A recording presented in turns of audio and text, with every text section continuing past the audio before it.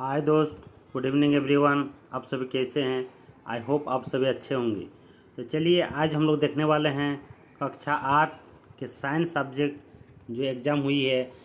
तो इस एग्ज़ाम के तहत किस किस टाइप से क्वेश्चन आपको पूछा गया था और उसका आंसर कौन सा होगा, इसके बारे में हम लोग देखते हैं। तो सबसे पहला क्वेश्चन है आपका, देखिए सबसे पहला क्वेश्चन क्या है। जनन विधि के अनुसार मानव किस श्रेणी में आते हैं? तो आपको समझा देना चाहता हूँ, ये जनन विधि के अनुसार मनुष्य जरायु श्रेणी में आते हैं। चलिए दोस्त आगे देखता हूँ। अगला सवाल कि वो निषेचन जिसमें अंडाणु और शुक्राणु का संलग्न मादा के शरीर से बाहर होता है। तो आप समझ ही सकते हैं, मादा के शरीर से बाहर अगर होता है निषेचन क्रिया तो क्या कहलाता है? आपका बाह्य निषेचन कहलाता है। क्या कहलाता है? बाह्य निषेचन कहलाता है। ठीक है दोस्त, आगे चलिए। आगे देखिए कि यहाँ पर क्या है। बाह्य निषेचन का एक उदाहरण क्या हो सकता है? तो बाह्य निषेचन का उदाहरण है छिपकली का अंडा दाना नहीं होगा, मुर्गी का अंडा दाना नहीं होगा, मेढक का अंडा दाना आपका क्या हो जाएगा? बाह्य निषेचन का एग्जाम्पल हो जाएगा। ठीक है दोस्त, आगे चलिए। आगे देखता हूँ, कृत्रिम निषेचन को अंग्रेजी में संक्षिप्त रूप में क्या कहते हैं? तो कृत्रिम निषेचन को अंग्रेजी में कहा जाता है इन विट्रो फर्टिलाइजेशन, यानी IVF, जिसका सही जवाब हो जाएगा AIVF। ठीक है दोस्त, आगे चलिए। आगे देखता हूँ, विशेष परिवर्तनों के साथ टेडपोल का वयस्क मेढक बन जाना क्या कहलाता है? तो इसको जो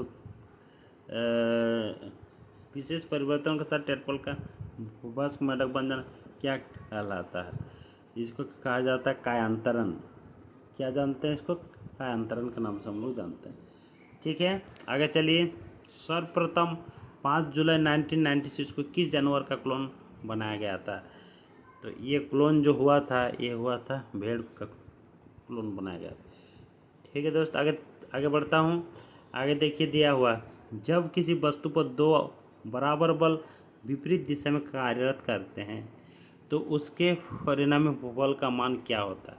तो जब विपरीत दिशा में दो समान बल कार्यरत होंगे तो उसके परिणामी बल क्या होगा? 0 हो जाएगा दोस्त। ठीक है, आगे चलता हूँ। 8वां सवाल देखिए, पृथ्वी प्रत्येक वस्तु पर आकर्षण बल लगाती है, उसे क्या कहते हैं? उसे कहा जाता है दोस्त गुरुत्वाकर्षण बल। क्या कहा जाता है? गुरुत्वाकर्षण बल।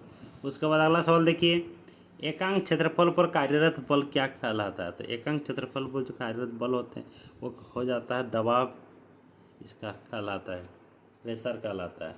ठीक है, अगला सवाल की आगे चलते हैं। लिखा हुआ है, वायुमंडल द्वारा पृथ्वी के किसी बिंदु पर आरोपित दबाव को कौन सा दबाव कहते हैं? तो आरोपित दबाव को दोस्त हम लोग कहा जाता है वायुमंडलीय दबाव के नाम से ही जानते हैं। ठीक है, तो आज के सवाल इतना ही था। आज का 10 क्वेश्चन का हम लोग ने जवाब दे दिया। तो आई होप आप समझ गए होंगे किस टाइप से सवालों का आंसर होगा, कौन सा आंसर होगा।